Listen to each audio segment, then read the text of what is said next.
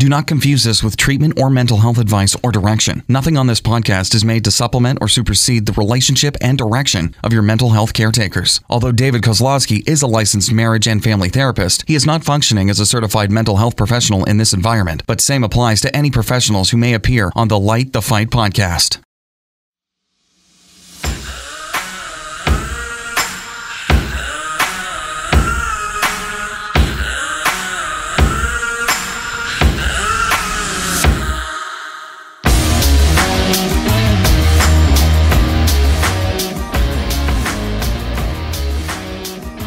Hey everybody, I'm David. I'm Heidi. And you're listening to Light the Fight podcast. We don't really know what we're doing here, but we're here, so we're just going to start talking and we'll figure out the rest as we go. I just have to give a disclaimer really quick because... I don't know what I'm talking about. That's not a disclaimer, that's private information.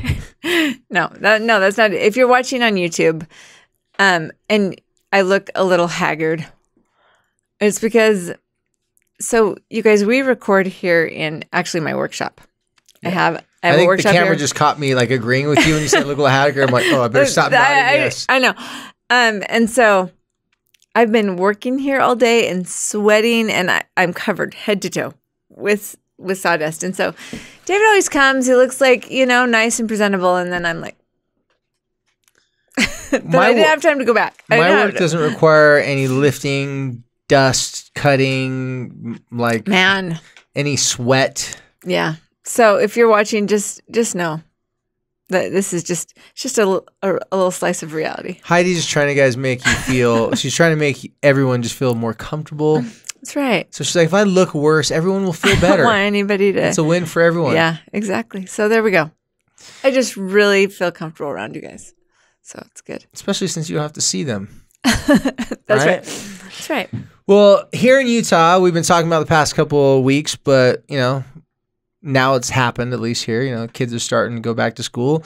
And for those of you parents out there that have kids that maybe you don't have the best relationship with them, or maybe you have a good relationship with them, just they're caught in some difficult patterns and habits and struggles that they have. Maybe your kid might not want to go back to school. Maybe they might not want to go back to school.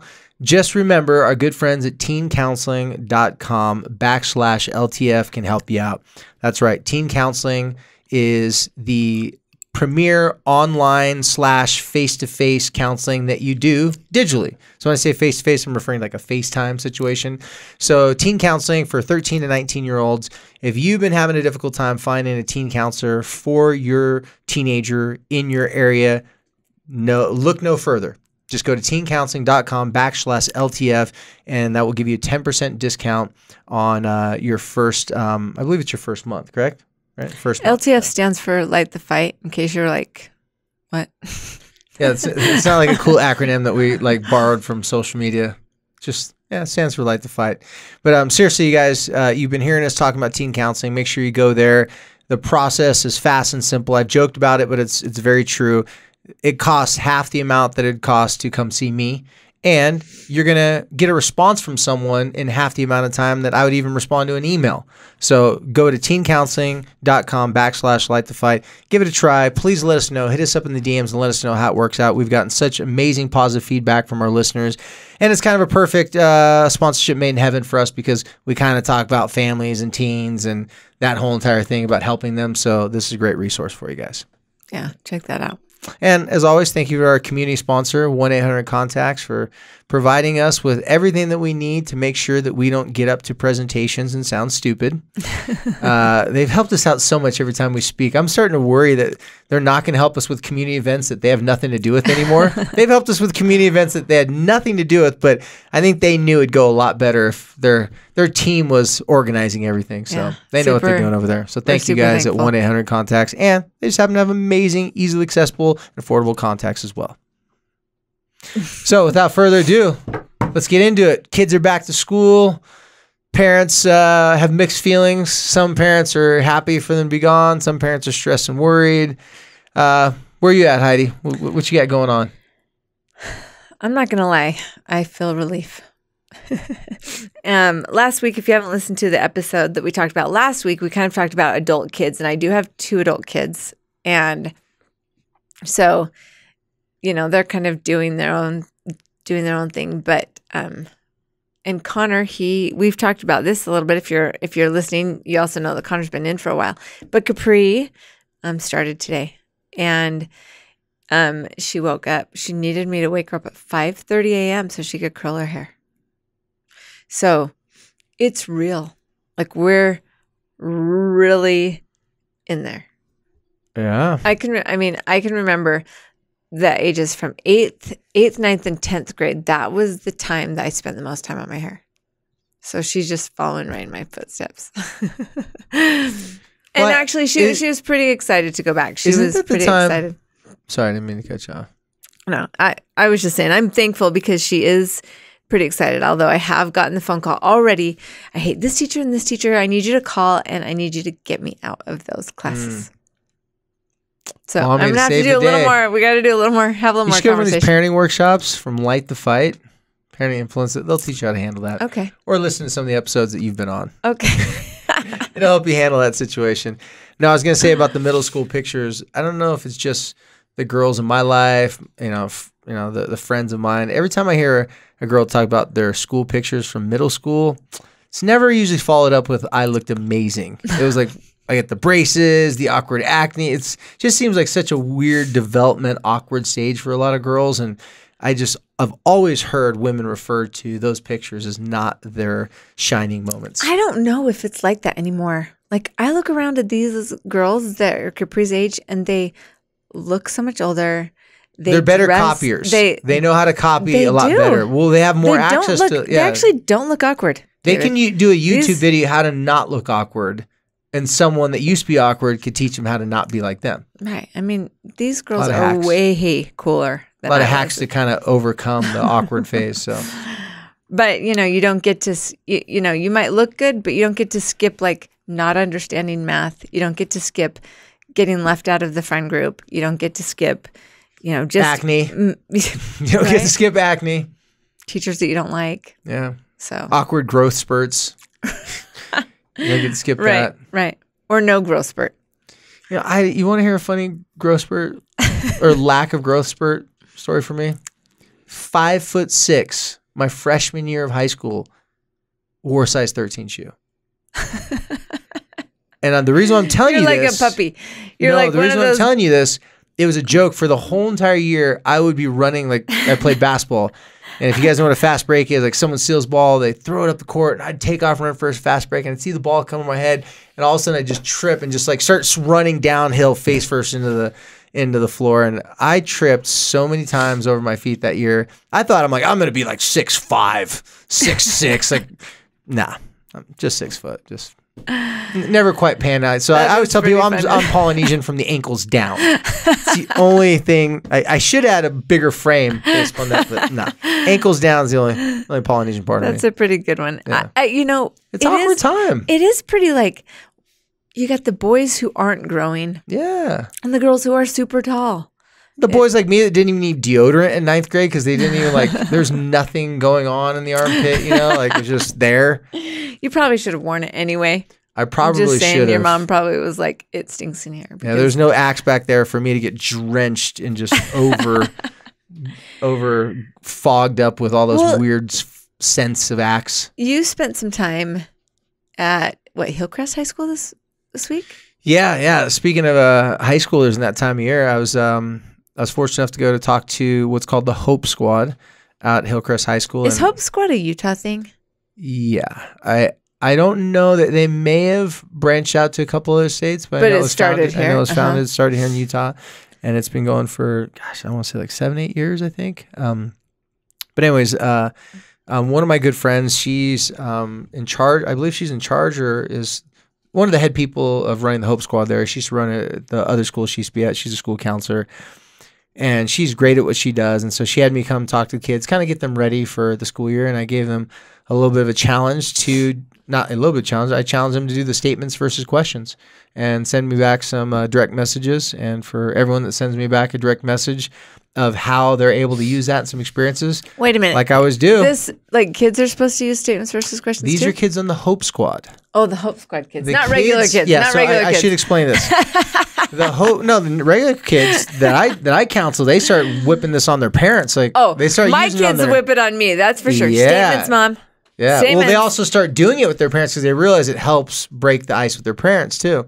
No, so the Hope Squad is basically, it's a voluntary group that you sign up to be a part of the school.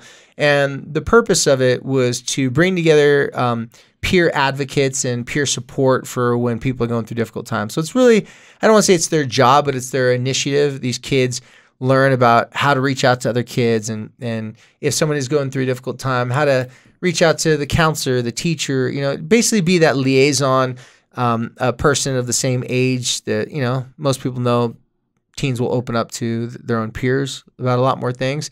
And, I tell you what, these kids are amazing. They have a huge Hope Squad at the school. I saw that picture. I was really impressed. Some fine young people. And everyone there, they get it. These kids, they may not have perfect lives, but these kids get it. They get how difficult school can be, how stressful it could be. I imagine a lot of them have had their own life experiences that makes them feel the importance of this. And to see their passion and how much feedback I got from them, they're not doing it because they're bored, had nothing better to do. So big shout out to Hillcrest Hope Squad and all the Hope Squads out there and all the young people out there that just are trying to make other people feel more comfortable so that they can get through the school years with just a lot more happiness and being able to focus on school instead of having to worry about all the other things that can come with being in large social groups. So, I'm really excited about them. And I'm also looking forward. I already got some direct messages back from the kids at the group because I told them, you send me some of your wins, what happened? I'm coming back with a box of Stan socks to give everybody. So they like that. So we'll see how it goes. But that was really exciting. And let me just interject. Yeah. If you're just listening to the podcast, maybe you haven't listened to very many episodes, or you're new. Statements versus questions is something that David talks about a lot. It's something that he has taught me, and that's kind of a fundamental. So if you haven't heard about that or need a brush up or refresher, especially at this time of year, in the very beginning of our podcast, we talked about statements versus questions. And you'll find us kind of talking about it over and over. So if you don't know what I'm talking about, it's worth giving that a listen. Just scroll all the way back to the beginning. I think it's like episode 3 or 4. Yeah, if I'm ever fortunate enough to get asked to do a second TED Talk, it'd definitely be statements versus questions. That's like the building blocks for trying to connect with people that you're not quite sure where they're at or how they're going to take it, how they're going to receive it. So yeah, go back and listen to that episode. But in the meantime, so did the kids get it quicker than me? I mean, that was a stupid question, right? But was it hard for them to understand? No, because you guys, Heidi, they did not. I had to explain it to them for 3 years straight before they understood. Because here it's hard. It's been hard for me. Did the kids just like connect with it, or were they like, "What are you talking about?" They were like, "No way, that makes so much sense." And you could see the light bulbs going off, and someone came up after me. It's like, "Yeah, I never, but I get pissed off when people ask me a question all the time." And I gave them the examples of you're questioning yourself. How many times throughout the day did I do this right? Did my jeans look right? Am I cool? Am I not cool? My parents like me? Is my coach mad at me? Is the teacher? Did I turn the homework? Do I have friends that have my back if things go wrong? Who's on my side? Who's not on my side? Question.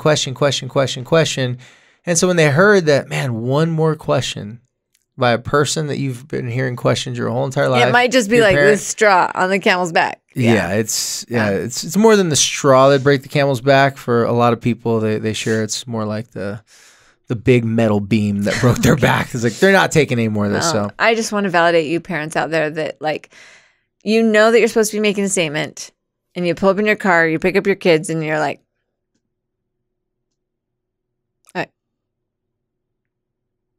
no idea. Awkward silence. You have no idea how to make a statement. So well, now that Heidi's validated how hard it is for you and giving you a free pass if you don't do it well or consistently, let me give you a reminder that if you don't do it well and you don't do it consistently, if you don't do it well, it's because you're not doing it consistently. You're not doing it enough. You're going to get better at it. Keep it up, parents. You're going to need it more now than ever because A lot of people slip into some bad habits and routines over the summertime, and that's parents and teens both and kids both. We get a little lazy, and then all of a sudden we're like, hey, it's school time. We got to be back to being serious now. Well, sometimes kids don't really, just because it's time to be serious, they don't necessarily take that as serious. So make sure you're modeling for your kids that, yeah, this is hard. I'm tired. And I'm still going to have the car ready for you to get to school at time. Instead of just telling them how difficult it is for you, just show them that you can do it regardless how tired you are. Well, and speaking about modeling, that kind of takes us into the topic that I wanted to bring up, only because there was a couple of things that sparked it. This is usually how I get these curiosity and topics that pop up, right? She has a friend with short blonde hair that loves crafting. So, I will say, so my daughter Capri's in 8th grade. She goes to she's just in middle school, right? And they don't have Hope Squad in middle schools. I think it's just a high school thing.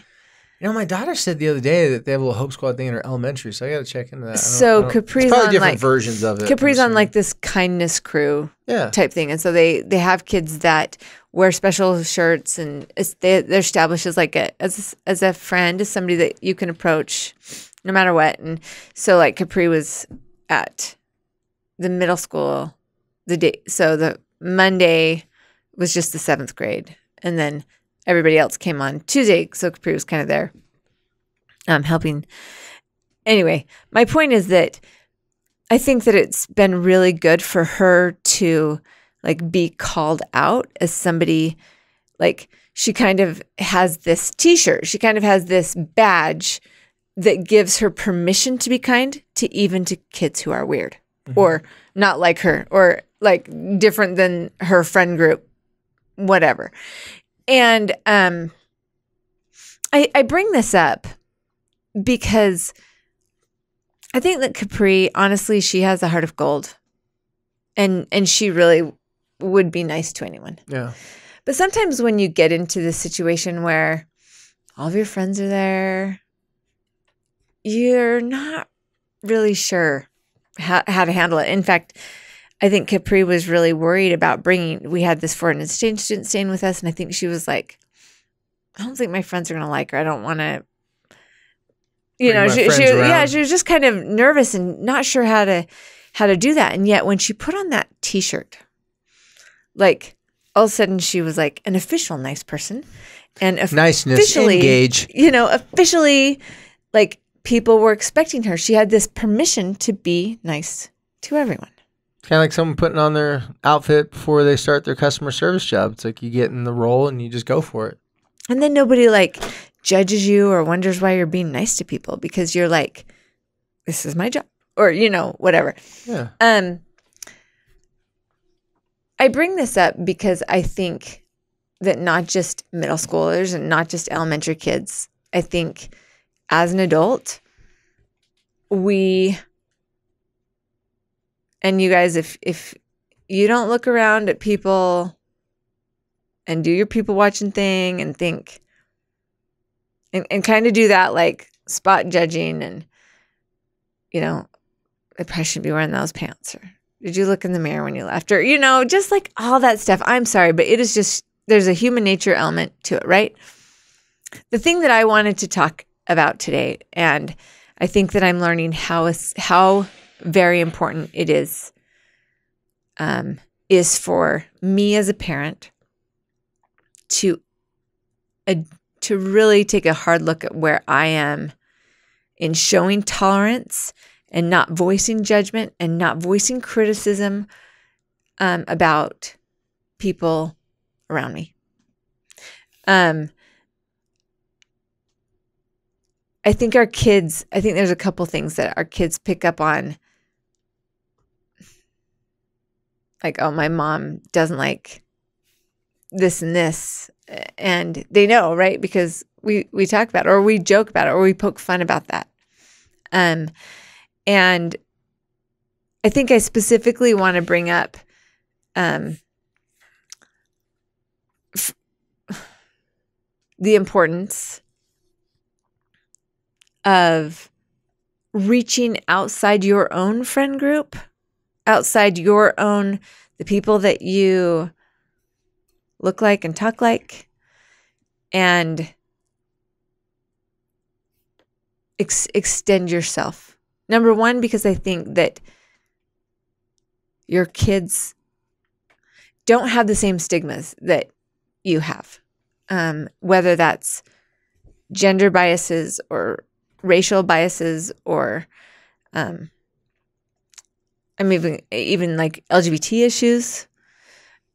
The kids just are a lot more accepting that at that age. And so when we're making comments or being critical or acting weird, I think that our kids are kind of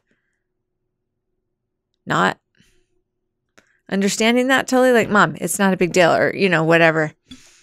And then I also think that when we are critical of others, how they're dressing, how they're raising their kids, how they're spending their money, whatever it is, I think it puts up this high alert on our kids. Like, well, what are you being critical of me about? Like this sort of lack of,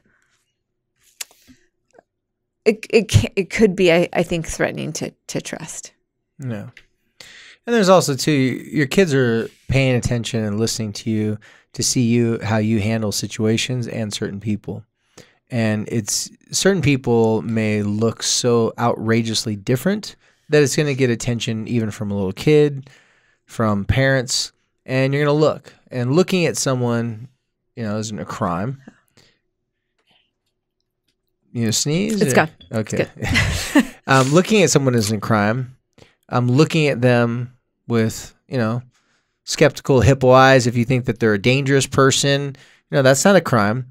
But if someone's just openly different or weirdly dressed or oddly dressed or have something identifiably different from you about them, our comments that we make in those situations are very telling and teach our kids a lot about what we think and feel and how we expect them to think and feel.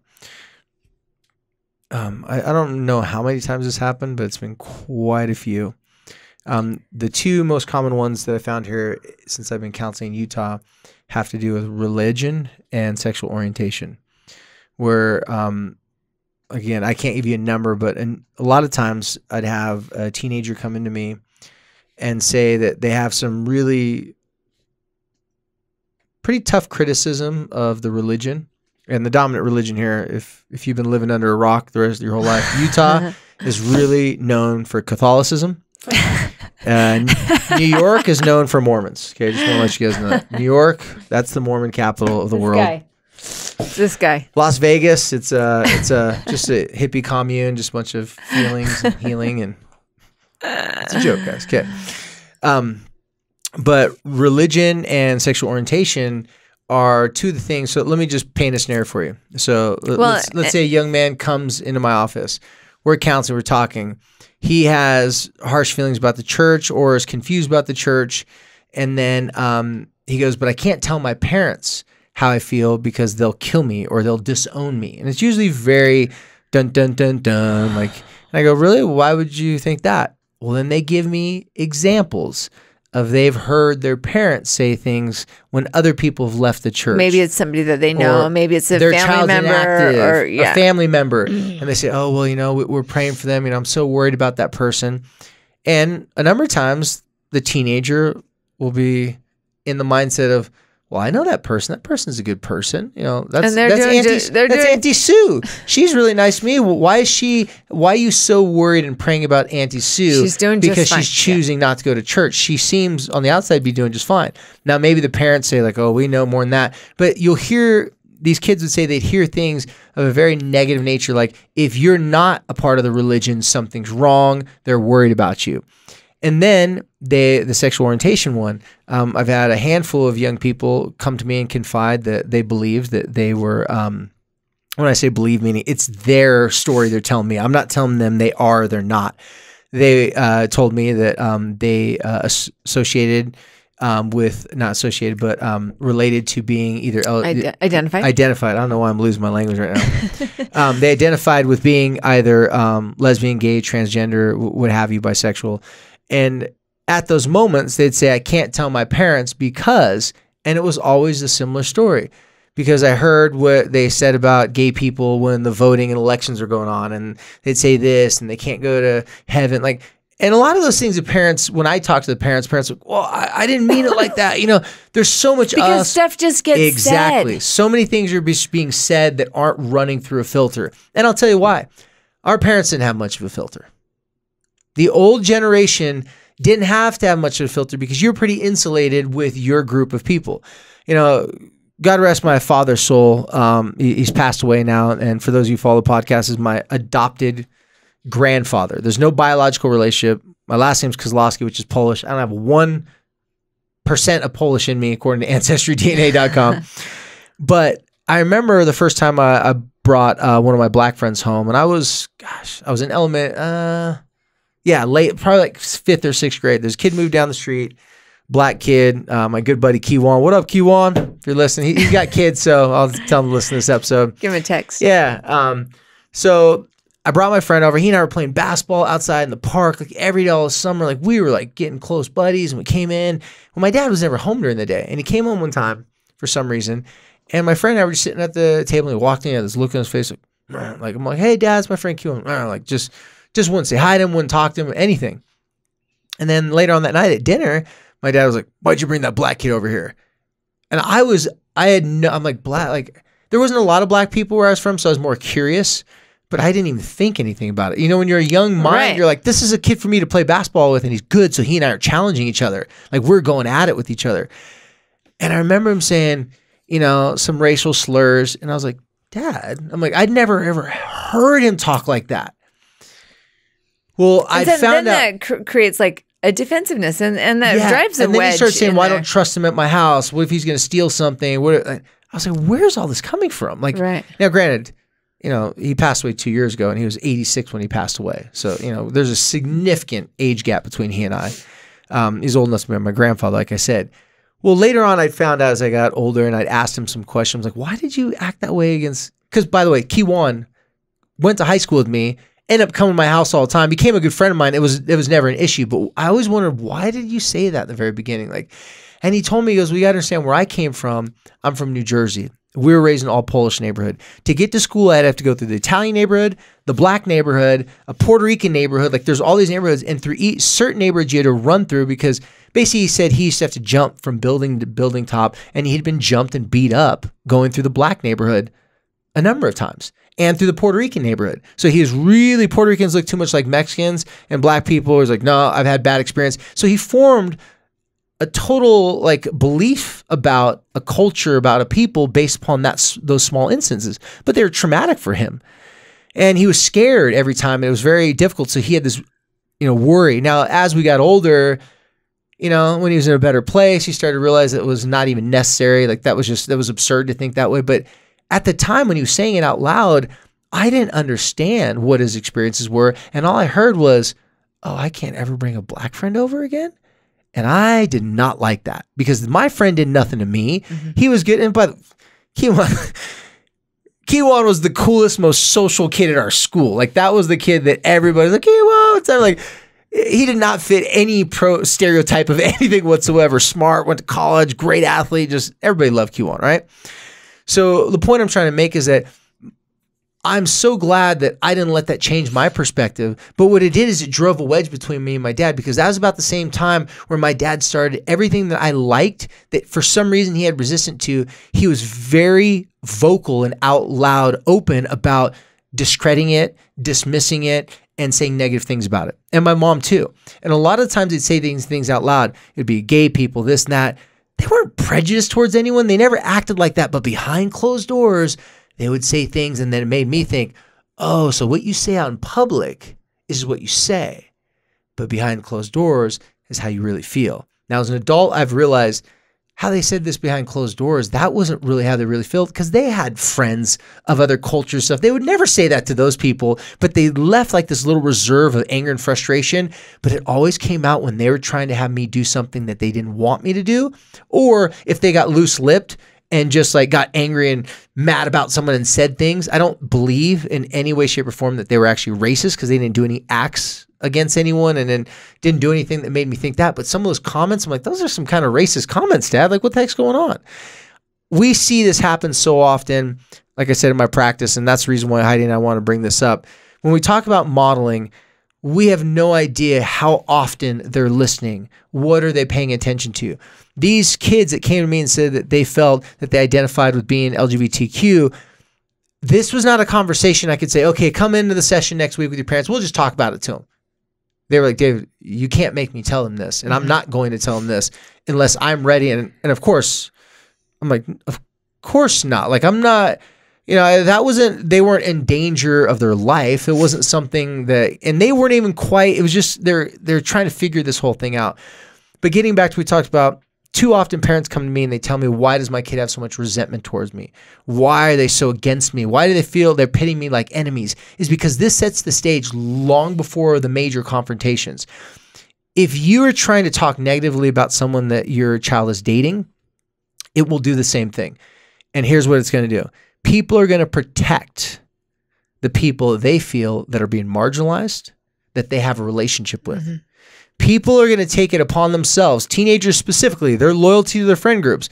If they have a friend who's got the piercings and, is dressing totally different, and you make fun of that kid, and that kid just happened to help your child in a really difficult time in their life, ooh, you're picking a fight with your child and you have no idea. And then later on when they lash out at you, it could seem like you're the victim. Like, where's all this coming from? But little did you know, you had said things off the cuff. You weren't thinking it. You didn't really plan it out so well. You didn't have the filter working, and it left your kids to believe that you were on opposite ends of the spectrum, that you didn't share beliefs, you didn't share insights and thoughts. And like Heidi said, this younger generations, and statistics prove this well, is far more accepting because they were raised in a world that's very small. Like my dad, he only knew the Polish neighborhood he lived in, and those other neighborhoods you ran through because they were scary. He didn't know, he didn't work with any African-American people. He didn't work with any Puerto Rican people until he got into the military. But even then, it was mostly Caucasian people from what he told me.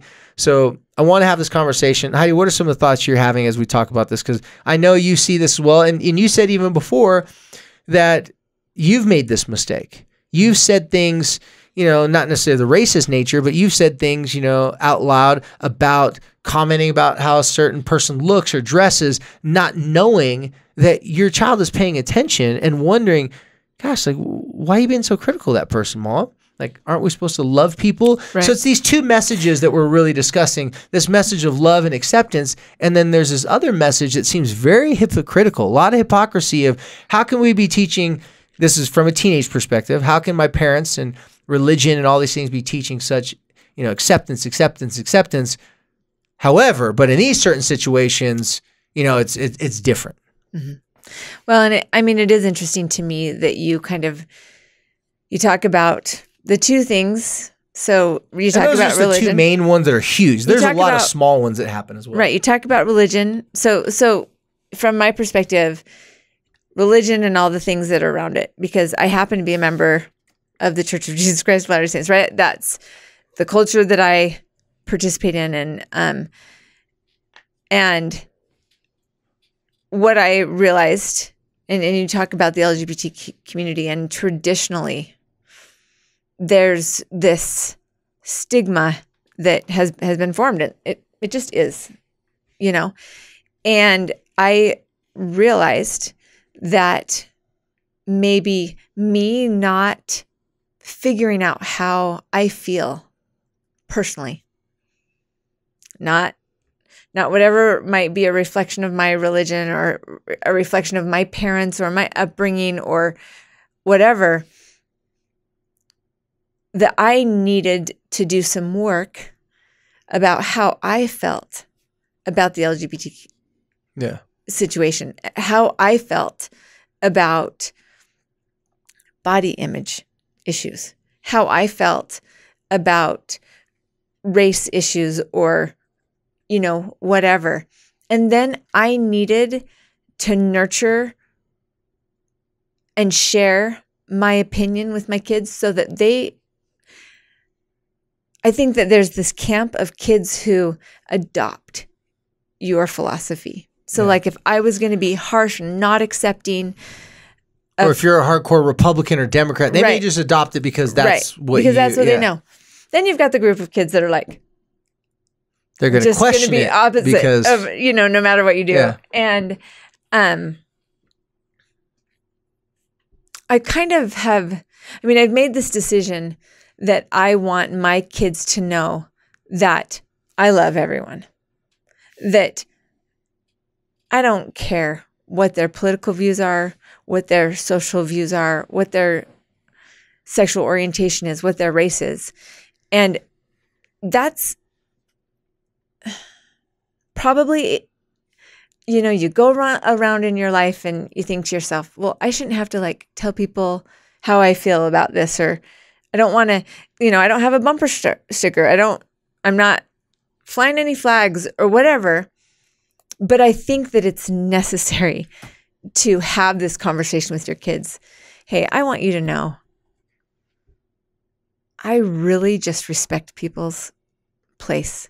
And I want people to know that. And I bring this up because there's been kind of some conversations with my kids. There's been some conversations that I've had with some of my friends. And, they do have friends in their school classes that are transgender.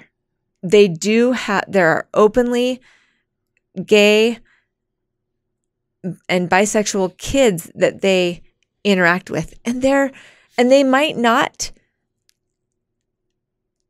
know how to feel about it. They might have heard parents or siblings or grandparents say derogative things, and they're not sure. Yeah. I realized recently that I have to establish this position with my kids. Well, I feel very thankful and appreciative that I gain the trust with parents that I work with over a long period of time, that I can have conversations with parents like this. The majority of the parents that, and I can't think of any family or parent off the top of my head, is just openly racist or openly, bigotry towards, or marginalizing any sort of group. Now, if they do behind closed doors, usually their teens will tell me, but they haven't acted that way towards me. But what I enjoy doing is that once I have a trusted relationship with these people, and I've helped their kids have some success of some type, especially in their relationship, I will bring up these conversations because I can't quite go in them and say, hey, you're doing this wrong. And by saying all these mean things about these other marginalized groups, it's going to break the relationship and trust from your kids, because it can do that. But I don't come at them in that way, because then I put the parent in a defensive position that as if that was their intention. And that's usually not the case. But what I do enjoy doing is I do enjoy sharing with people a different perspective and how to see things in a different way. Most parents are fearful of outside influences that are different thoughts, feelings, and beliefs. Sure. We're going to influence their kids. And I just remind them that not only do they not have any control over that, but they will drastically increase that their kids' curiosity may come into the play where now they're going to want to try and do these things because you're so against it on the other end of the spectrum. Like, why would you be so against it? If it didn't seem like anything that's that big of a deal, if it's not illegal to be gay. There's nothing wrong with that. It's not illegal to be Mormon or to be not Mormon. So when I have these conversations with parents, parents will usually say, well, what does it have to do with the relationship with my kids? Because the reason why we're even bringing this up, this is not my opinion. I'm just trying to share with you things that's going to help your relationship with your kids. I tell them this: you're going to have a difficult conversation with your kids. And at that time that conversation is about to happen, your kids are going to do an inventory. And they're going to look at you. And it's a hypocrisy inventory. They're going to think, since I've known this adult, have they been a hypocrite the majority of the time or every now and then? So is this the rule? Like, my parents are usually hypocritical and every now and then they're honest with me? Or the rule is they're open and honest with me. They're up for changing their mind. They're up for new ideas and they're up for new thoughts, and they're open to suggestions. Or are they just going to shut everything down right when they first hear it? So when I have these conversations, I simply remind parents that when you are going to have a difficult conversation with your kids, they need to know that they can trust you with that information. And the only way, not the only way, a big way that they're going to know that they can trust you with that information is that in recent years, you haven't been so on one side of the fence or the other. So this usually comes in, I've given this a couple of examples with parents. This one mom, she said she was at the mall one time. She said her teenage daughter was getting at that age where she's starting to develop certain parts of her body on the front above her waist. So that was smooth. Okay. Well, be careful how I say certain things. And so the mom said, we're at the mall shopping, and this very beautiful woman walks by, about 19, 20 years old, definitely more fully developed than her daughter. And her daughter was looking at her in amazement, not in disgust. So the mom said, oh, like, look at the way that girl's dressing. Don't you think that's so disgusting? So the mom didn't feel comfortable that this woman, by the way, they were already fighting about what clothes they're going to get. This woman had all the admiration of her daughter, and the mom was feeling like the daughter didn't even want her by her side, get away from me, leave me alone, all the different types of stuff. They're fighting over what clothes she can or can't wear. And so I said, let's review this situation. I said, Mom, did that woman's boobs hurt your daughter? And she said, no. But I'm worried that it could influence her to think that if she had boobs like that, she'd get attention because she's I said, yeah. All valid worries. Did they hurt your daughter? No. Are you fearful that your daughter's going to want to go get fake like that when she's of age? Yeah. I said, if you didn't see that woman there, would you already be fearful of that and not want your daughter to do that? She said, yeah. I said, have you ever made comments that you don't like, fake boobs and stuff like that? She goes, yeah. Okay. Why make a comment at that moment just because you're feeling uncomfortable? I said, that girl, do you know anything about her? Does her being overtly attractive and showing it off in a hot summer month right before going back to school, does that mean she's a bad person? Does that mean she has all these things? I said, here's the problem with what you're saying. Your daughter's going to meet girls like that. She's going to want to be like them. And some of them may be decent human beings. And if you go against them and say they're bad people, then she will start to wonder,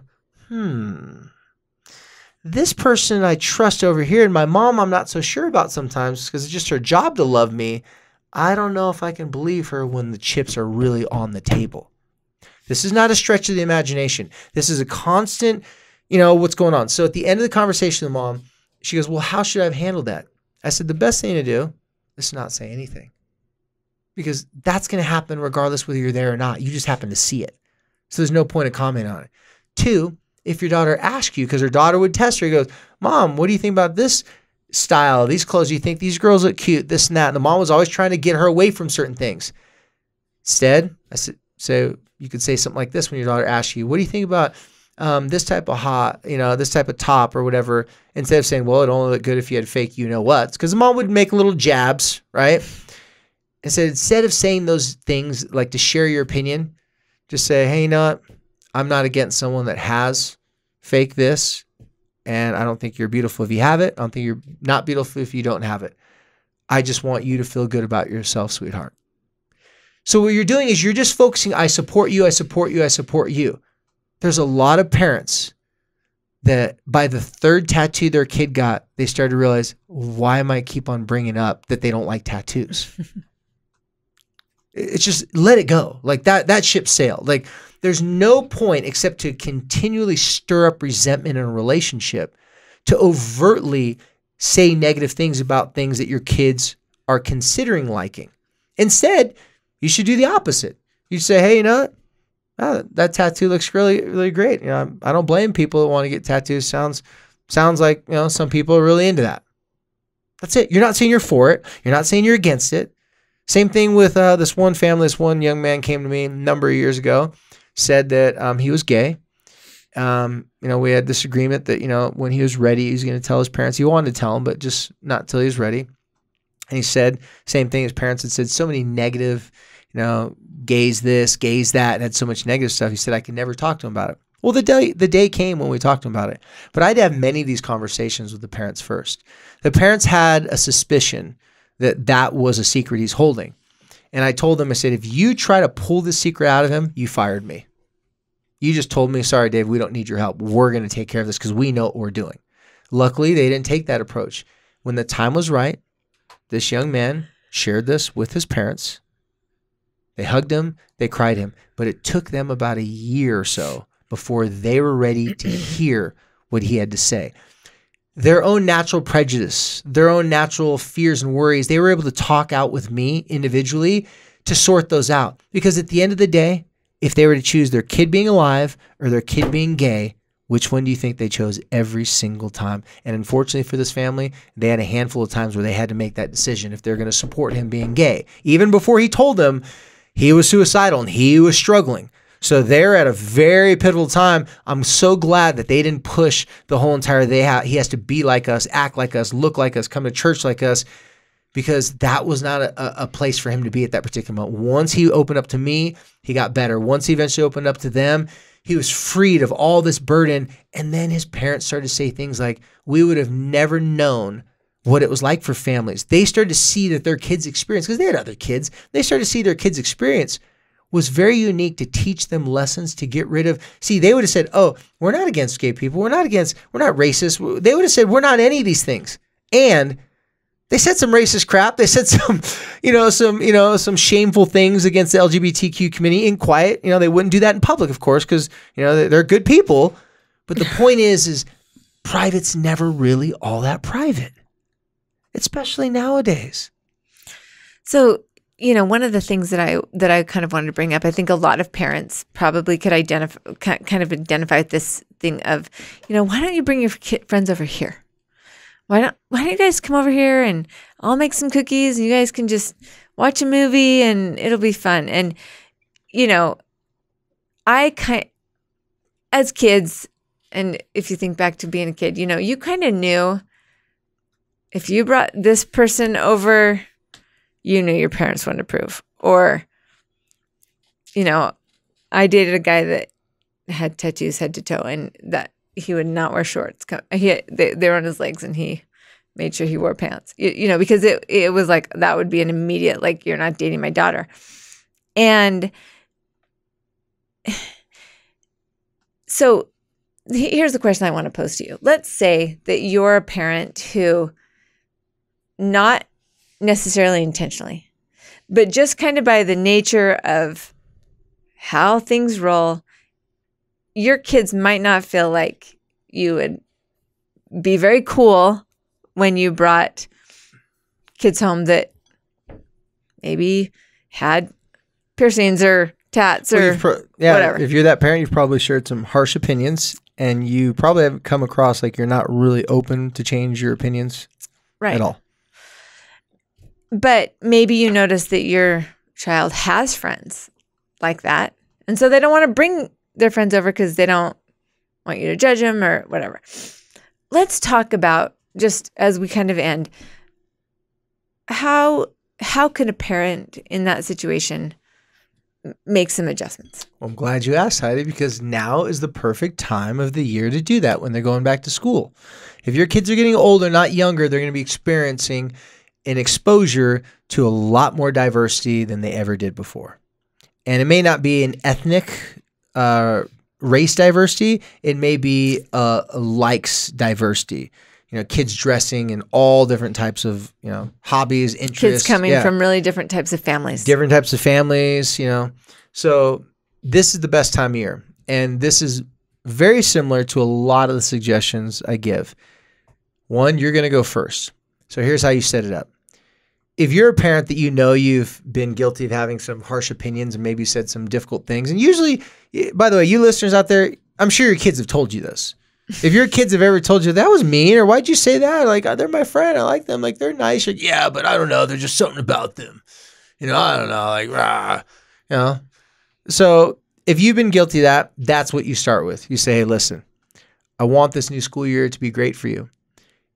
The mentality that parents say, I want your friends to come to our house. I want your friends to be around so I get to know them and I want to be a part of your life. That's great. But in order for that to be possible that your kids want to bring their friends there, you're going to have to do something like this. So you start off with saying, hey, listen, I'm pretty sure I've said some offensive things. I've judged people. I've criticized people. And in the past, when I say those things, I want to act like, like I don't really feel that way, or I want to act like, I'm really not like racist or judgmental. But here's what I want to tell you right now. As you're getting older, you're going to come across different people that look different, act different, talk different. Maybe you have friends from different countries, even different states moving, that have no idea about our religion or about our belief system. So what I'm going to work on is I'm going to be working on being more open-minded to being more accepting, because in the world that I grew up in, you can explain to them, the world that I grew up in, we didn't have a lot of diversity. So it's not that I'm not open to it. I'm just not used to it. And throw yourself in the bus, and you can say something like, I don't know if you knew this, but I don't do really change well. So if you're one of those parents that's a true statement, you can use that. And they'll get that. You get so much street credit with your kids when you're saying, hey, listen, this is something I'm working on. I'm acknowledging that I've screwed this up. I haven't done this well in the past, but I can get better at it.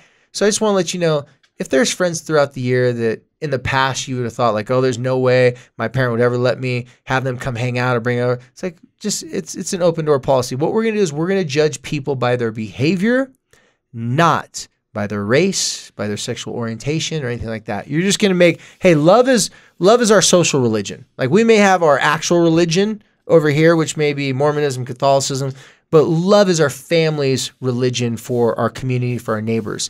The parents that have done this, you got to really own it. You can't be like, I'm going to try to be a little bit more understanding, some of your friends, like, you got to really own it and commit to it. But once you say this to them, then you got to remind them, I'm not telling you to go off and, do a bunch of stuff. I'm just telling you, I trust who you bring home. Boom. Here's the thing.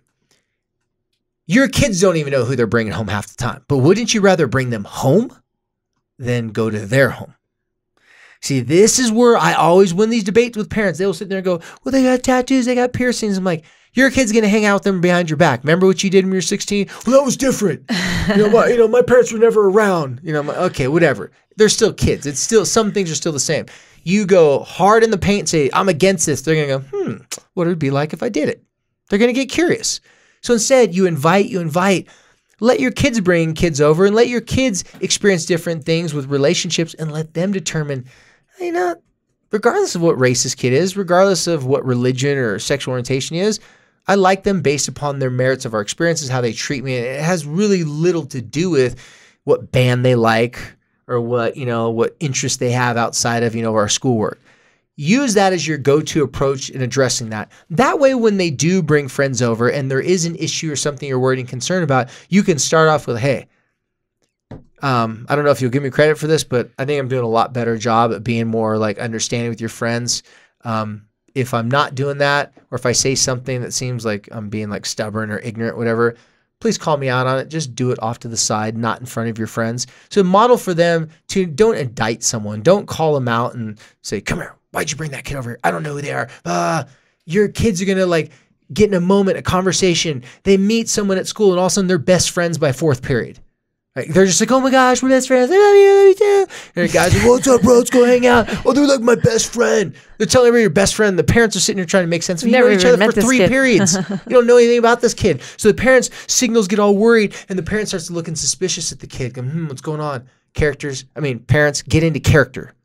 Get out of your head of defense. Like, you don't want to look like you're the sniper on top of a prison guard tower, like waiting for someone to get out of line. You want to go to that kid. I know what I'm going to do for the boys that try to date my daughter that I do not on physical appearance. By the way, it's okay to make judgments. Judging someone, making a judgment is not what we're talking about. We're talking about being overly judgmental and critical without having a lot of information.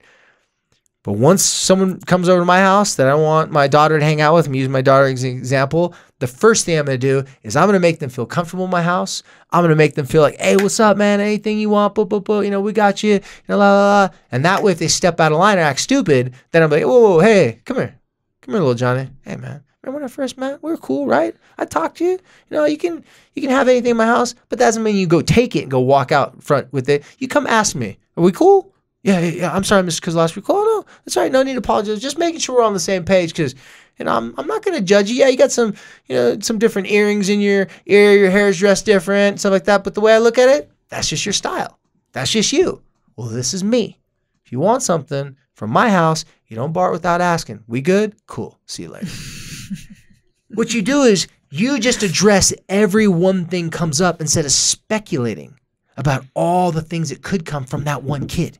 There's been too many kids that parents have come to me and said, if my kid wasn't friends with that kid, they wouldn't be alive. And guess what that kid looked like? He looked like, or she looked like, the kid you don't want your kid to hang out with. But that kid went through real life painful experiences and happened to be a really good friend. Someone that your kid could relate to. Sometimes your kids, when they have issues, they're not going to want to go open up and share and be vulnerable with the perfect kids.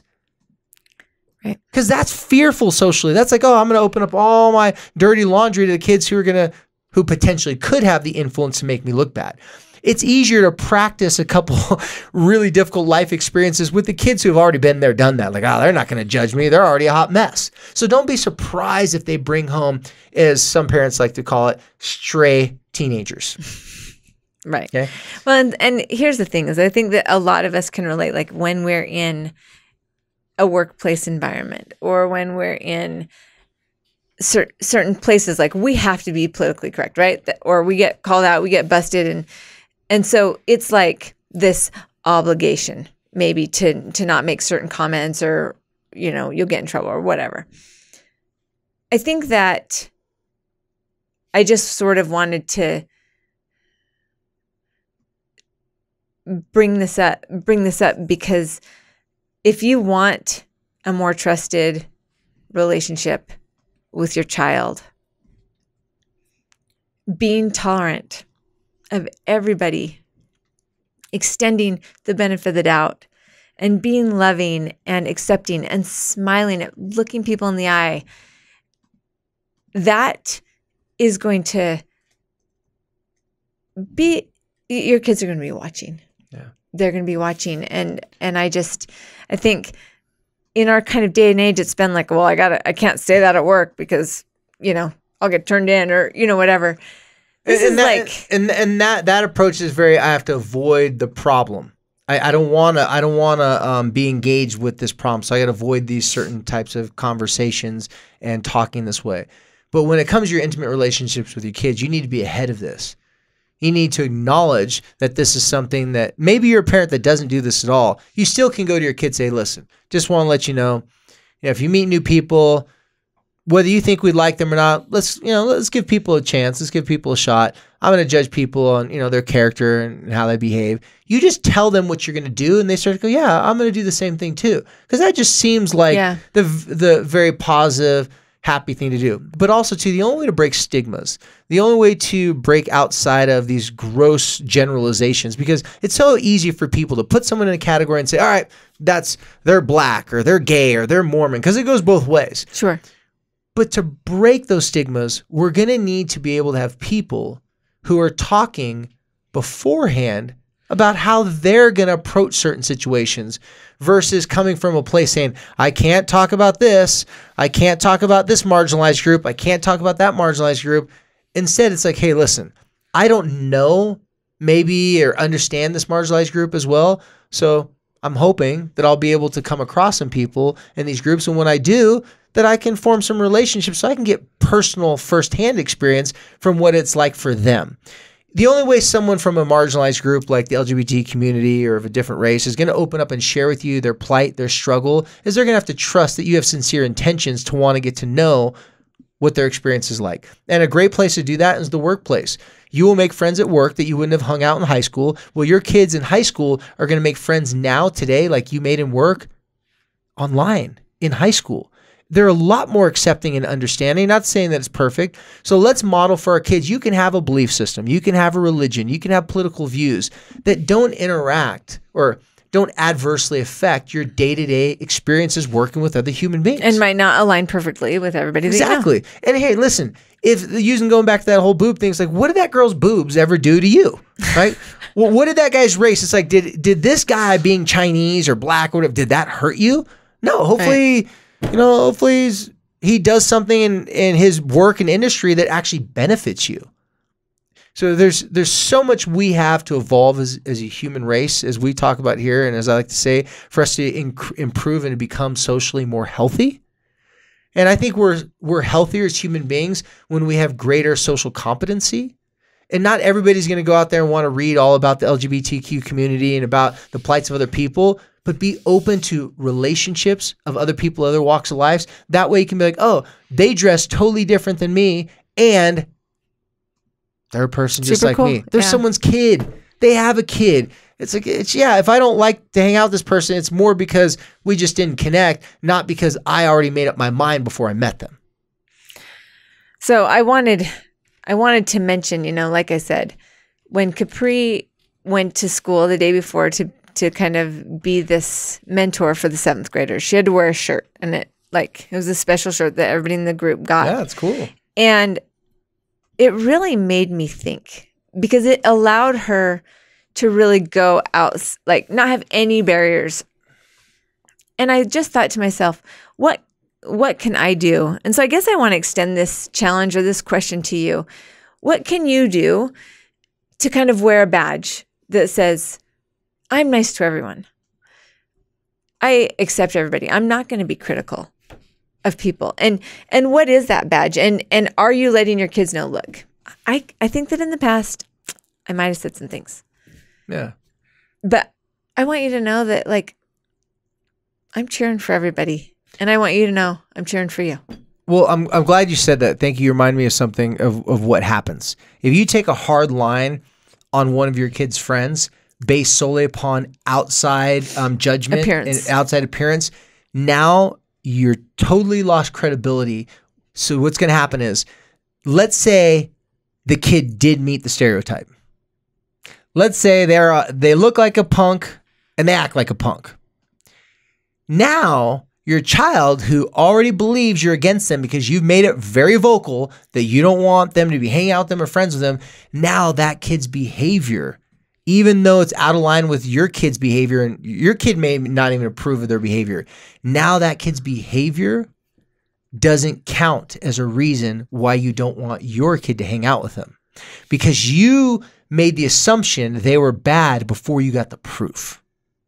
Let the proof be, because the parents that do this, they can go to their kid and say, hey, listen, honestly, I'm sorry to take a hard line, because we're not saying you can't take a hard line with your kids. Right. There's sometimes you have to say, boom, it's over. No more hang out with Jenny. Why not? Jenny does too much meth, sweetheart. We can't be hanging out with people who do that much meth. Okay. Meth is obviously bad. It's a joke, okay? It's like no meth is better. A lot of meth is really bad. So instead, what you're doing is you're saying, hey, listen, was I nice to Jenny when she came over? Yeah. Didn't we go to Golden Corral and go eat that time? And I paid for the dinner? Yeah. She came over and spent the night at our house? Yeah. But when she stole money from us, or she did this to you, that's why I'm making that decision. You can't tell me that my decision was me being hypocritical, me being a bigot, me being racist, whatever it may be, because my decision is solely based upon what she's done recently with us. Now, if she changes, she gets out of that, great. We'd love to send her a card. We'll keep in contact with her. But as of right now, she's off the team. And she's off the team. And you guys, if you have somebody that's coming around, or that your kid's hanging out with, get to know them. People should not be judged Make statements negatively for their race, their religion, sexual orientation, any of those things. But people shouldn't also be protected by your kid to say they're a great person because they're in a marginalized group. There's a lot of people in marginalized groups that still have a lot of work to do on being a good person. And there's a lot of people in marginalized groups that have done a lot of work, and they're a great representation of their community. You're going to get both in each category. And you're going to get rough people that aren't marginalized. Well, exactly. Right? That's his point, because I work with a lot of people who are marginalized, and being from San Diego, I'm in the middle going, whoa, what's going on here? But there's this huge stigma, oh, you're a Mormon? Oh, I'm going to dismiss you. Now that means you're against people like me, and they already have a preconception. And yeah, that's a reaction, but still, none of that helps us work together as people. So being tolerant is one step, but being accepting and inviting, and also going to your kids and saying, hey, listen, I'm going to work on this. And if you feel that I'm not doing it, let me know. Just, let me know in private. And if you have some friends that I like, then I'm going to be nice to them. If you have some friends I don't like, I don't care if your friend that I don't like, your friend I don't like could be going on a mission next month. Everybody else could think that they're God's gift to the world, and I may not like your friend. So I'm allowed to not like your friend, and you're allowed to like them. but I'm not going to judge and be overly critical about them simply because of face value without having any experience with this person whatsoever. You tell your kids that's what you're going to do, and then you back it up. Guess what you're modeling for them? The exact same thing. Right. Well, I think that now is a good time to work on this, and just think about it where you're at. Have an honest little personal evaluation. So basically, we're saying don't judge a book by its cover. And as a little homage to don't judge a book by its cover, if you've been loyal enough to listen the whole entire episode, watch for when this episode is posted, because one of our hosts of the show is going to post a less than glorified picture of himself. I guess I just gave away who that person is. Well, nobody thought that it was going to be me. Come on, yeah. And so we're going to use me as an example of don't judge a book by its cover, because if you're listening to this podcast, I'm assuming you don't think I suck completely as a person. And yeah, we'll use me as the example. And maybe you've had a colorful. Well, it was a case of mistaken identity. Wink, wink. There you go. There you go. It always is. And I 9 lives. I've only got 2 left. Yeah. Everybody could use a cheerleader. Everybody could use one more person to support him and encourage him and love him. Because when we love people and they feel that, and we improve and strengthen the relationships that we have with them, they make better decisions. And when they make bad decisions, they have a softer place to land. So that's what this podcast is about. And I'm just going to tell you that you guys I've come a long way. And I thank you. I thank you for listening. I thank you, David, for coming here every week and talking about this stuff and being patient with me.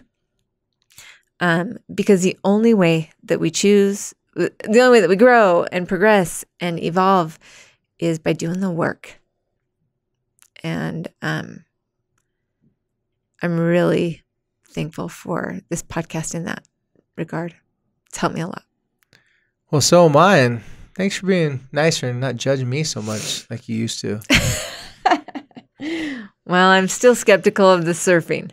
Yeah, I still want some surf proof. I have proof that my guacamole is amazing. Producer, you tried my guac? Yes. So I'm just waiting for some footage. I'm 1 for 1 so far. So I got to call my buddy John to make sure you he guys, gets some I video keep people him out to humble record somehow. me. I mean, you know what I'm talking about, right?